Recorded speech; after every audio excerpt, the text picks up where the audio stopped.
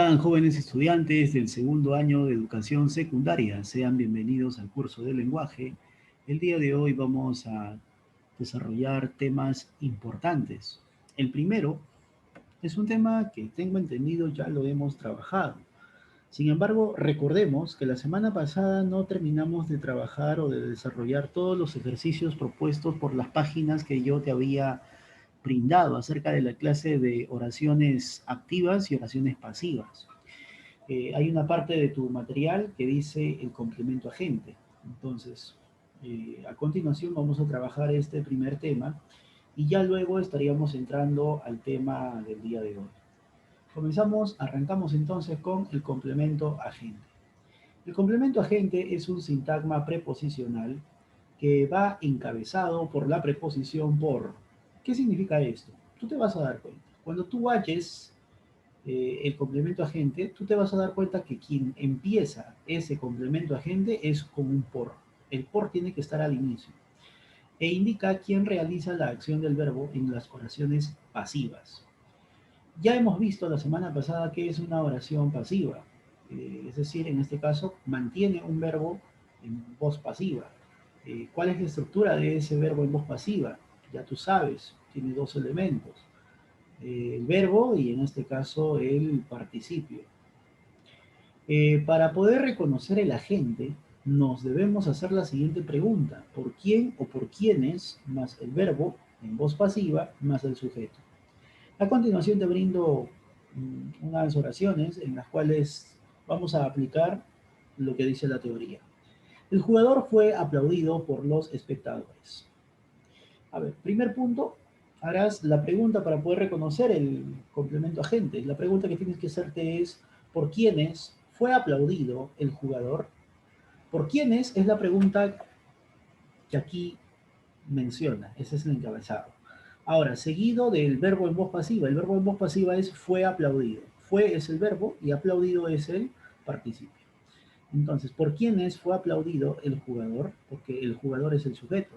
La respuesta será por los espectadores. Por los espectadores, lo he pintado de rojo, eso es el complemento agente. Y date cuenta, siempre empieza con un por, he dicho. Por lo tanto, siempre va a comenzar con un por. Ah, pero no te confíes porque el circunstancial de causa también empieza con un por. Si yo dijera, por ejemplo, Elvis fue expulsado por indisciplinado. En este caso, no creas que porque ya está el por, ya es complemento agente. En este caso, del ejemplo que acabo de dar, eh, en este caso sería un circunstancial de causa. ¿Ya? Por indisciplinado sería un circunstancial de causa. Así que no te fíes, no siempre va a referirse ese por a un agente. Entonces, ¿qué tengo que hacer? Tienes que aplicar bien la pregunta. La pregunta que tienes que hacerte es por quién o por quiénes más el verbo en voz pasiva más el sujeto. Entonces, pasamos a la segunda oración. Los niños fueron recibidos por el director. Tú harás la pregunta por quién fue recibido o por quién, sí, por quiénes fueron recibidos los niños. Y la respuesta es por el director. Por el director es el complemento agente. Y también, dicho sea de paso, ha respondido a la pregunta y también ha empezado con la preposición por. El roble fue talado por el leñador. Pregunta: ¿por quién fue talado el roble? Y la respuesta será por el leñador. Por el leñador es el complemento agente. El fuego fue apagado por los bomberos. ¿Por quiénes fue apagado el fuego? Y la respuesta será por el leñador. La noticia fue leída por la profesora de ética. ¿Por quién fue leída la noticia? Por la profesora de ética. El himno nacional será entonado. ¿Por quién será entonado el himno nacional? Por Rosa Merino. En este caso, todo lo que está pintado de rojo ha resultado ser el complemento agente. En este caso, entonces, el complemento agente se ha respondido a la pregunta que hemos formulado y además inicia con la preposición por. Pero también siempre vamos a cerciorarnos de que el agente sea un ser humano, o en este caso sea un ser vivo. Mejor dicho, sea un ser vivo. ¿Ya? Por los espectadores son seres vivos. Por el director es un ser vivo. Por el leñador, ser vivo. Por los bomberos, seres vivos. Por la profesora de ética, un ser vivo. Por Rosa Merino, un ser vivo. Entonces, el agente siempre es un ser vivo. ¿ya? Un ser vivo.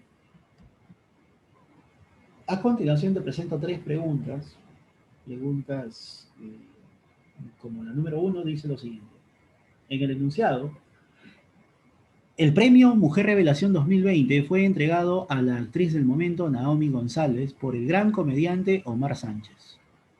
En este caso, ¿qué función cumple el elemento subrayado? El elemento que han subrayado es por el comediante Omar Sánchez. Tú tienes que aplicar la pregunta para demostrar, determinar si en este ejemplo hay un complemento agente. La pregunta que tú tendrías que hacerte es por quién fue entregado el premio Mujer Revelación 2020 a la actriz del momento. ¿Por quién? En este caso, por el gran comediante Omar Sánchez. Todo lo que está aquí pintado, bueno, pintado no, sino resaltado, por el gran comediante Omar Sánchez, ha respondido a la pregunta por quién, más el verbo en voz pasiva y más el sujeto. ¿Por quién fue entregado? Es el verbo en voz pasiva. ¿Por quién fue entregado? Es el verbo en voz pasiva. Ahora el sujeto, el premio Mujer Revelación 2020 y la respuesta es por el gran comediante Omar Sánchez. Por lo tanto, eso es un complemento agente.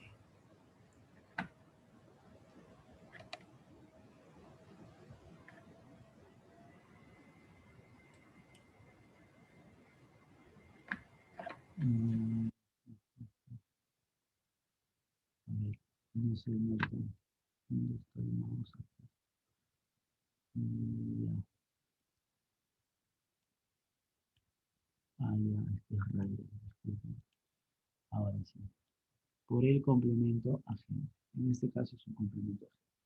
Número 2, señale la alternativa que presenta complemento agente. Vamos a leer todas las alternativas y la única que contiene complemento agente es la alternativa D. Los libros serán devueltos por aquellos estudiantes. Harás la pregunta, ¿por quiénes serán devueltos los libros? Y la respuesta es por aquellos estudiantes. Por lo tanto, por aquellos estudiantes es el complemento agente. Y la pregunta fue, ¿quién presenta complemento agente? Y la número 3, ¿con qué complemento agente podríamos completar el siguiente enunciado? Los goles fueron anotados en el primer tiempo. Por el árbitro del encuentro, no tendría lógica, ¿no? El árbitro no anota goles. B, por estar distraído, eso sería un circunstancial de causa. Recuerda que no siempre el por va a indicar, al inicio no siempre va a indicar un complemento agente. En este caso indica una circunstancia de causa. Por una futbolista inglesa. Los goles fueron anotados por una futbolista inglesa en el primer tiempo. Mm, puede ser.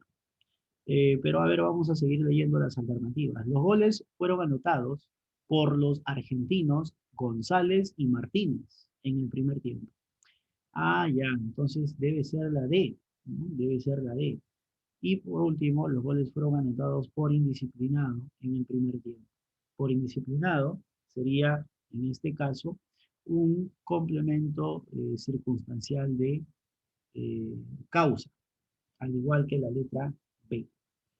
Entonces, eh, el único complemento agente que tendría sentido rellenar, completar en ese espacio sería por los argentinos González y Martínez. Los goles fueron anotados por los argentinos González y Martínez en el primer tiempo. Y de esa forma, jóvenes, vamos a trabajar ahora a continuación, más ratito en la asesoría, los ejercicios que quedaron pendientes la semana pasada. Pero el día de hoy también déjame presentarte un tema. El tema se llama el uso del punto y coma. El uso del punto y coma es un signo de puntuación. Aquí está el punto y coma entre paréntesis para que sepas cómo se grafica, que se emplea para poder señalar una pausa algo mayor que la que representa la coma y menor que la que representa el punto. Ejemplo, Ricardo estudia, Felipe trabaja. Si leo así, no tendría sentido. Voy a leer el segundo caso. Ricardo estudia, Felipe trabaja. En este caso, he utilizado el punto y coma para poder separar proposiciones, porque Ricardo estudia es una oración, Felipe trabaja es otra oración. Entonces, aquí está la suma de dos proposiciones u oraciones. Y he unido esas dos oraciones u proposiciones que son del mismo nivel sintáctico, los he unido con un punto y coma. Bien, de todas maneras, aquí el señor punto y coma te hace una aclaración. En el primer caso no existe coherencia en el mensaje, ¿correcto? No existe coherencia, no se sabe si leemos de corrido, nos vamos a trabar y no vamos a entender el mensaje del significado. En el segundo, hace denotar la existencia de dos proposiciones en la oración. Por supuesto, son dos proposiciones. Ricardo estudia es una, Felipe trabaja es otra. Ahora conozcamos las reglas. Solamente tenemos 3 reglas para el uso del punto y coma. La primera regla. Se utiliza punto y coma para poder separar elementos de una enumeración cuando se trata de expresiones complejas que incluyen comas. Por ejemplo, la chaqueta es azul, los pantalones grises, la camisa blanca y el abrigo negro. En este caso, ya hemos utilizado las comas. Estas comas se llaman comas verbales, comas elípticas. ¿Ya? La próxima semana vamos a trabajar el tema de la coma y ahí vas a poder conocer todos los tipos de comas. Déjame decirte que cuando ya se utilizaron comas, esta coma se llama elíptico verbal porque reemplaza el verbo es. Es como que tú dijeras, la chaqueta es azul, los pantalones son grises, la camisa es blanca y el abrigo es negro. Entonces, estas comitas han reemplazado al verbo es, conjugado tal vez de manera incluso distinta, pero los ha conjugado.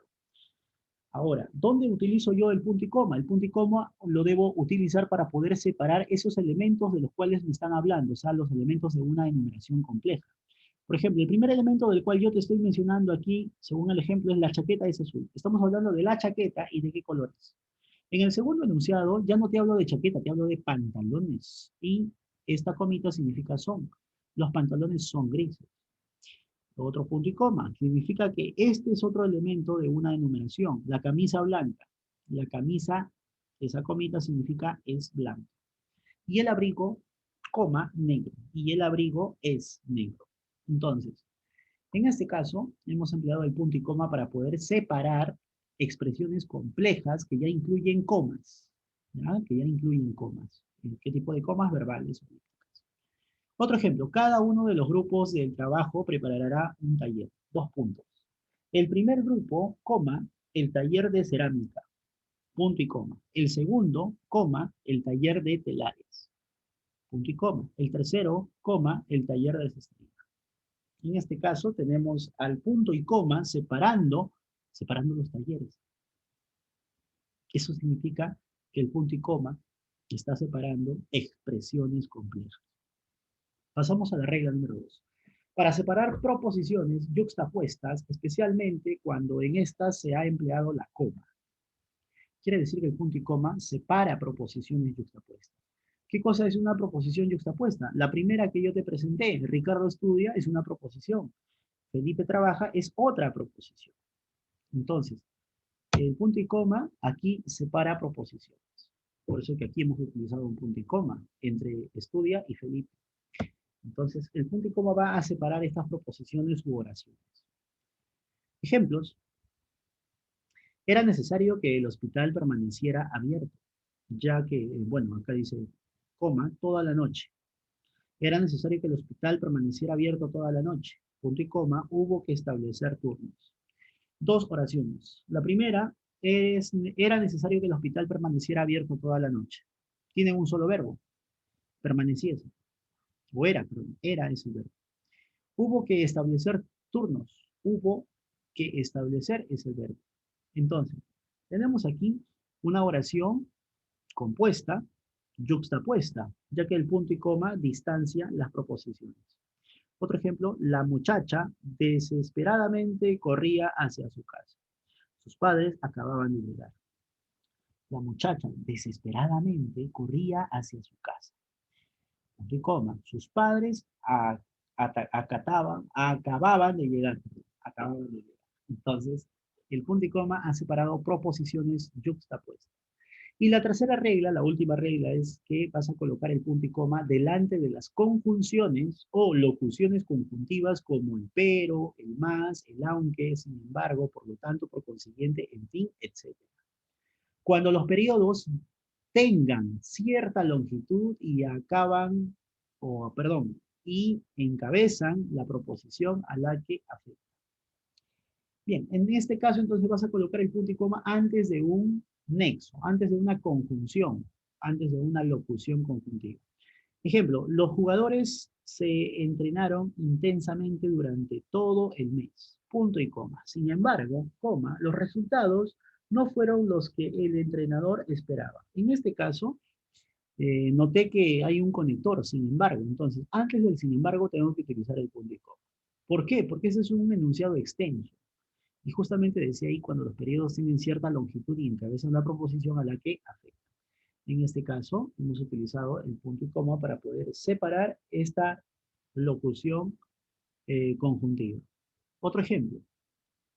Las últimas pruebas que han llegado de la imprenta parecen muy limpias, punto y coma. Por lo tanto, coma, creo que no tardaré mucho en revisarlas y devolverlas. En este caso, hemos utilizado el punto y coma antes de por lo tanto, porque el por lo tanto es una conjunción, es una locución conjuntiva. De esa forma, jóvenes, tenemos las tres reglas que aprendernos, tenemos que memorizarnos para poder trabajar los ejercicios propuestos.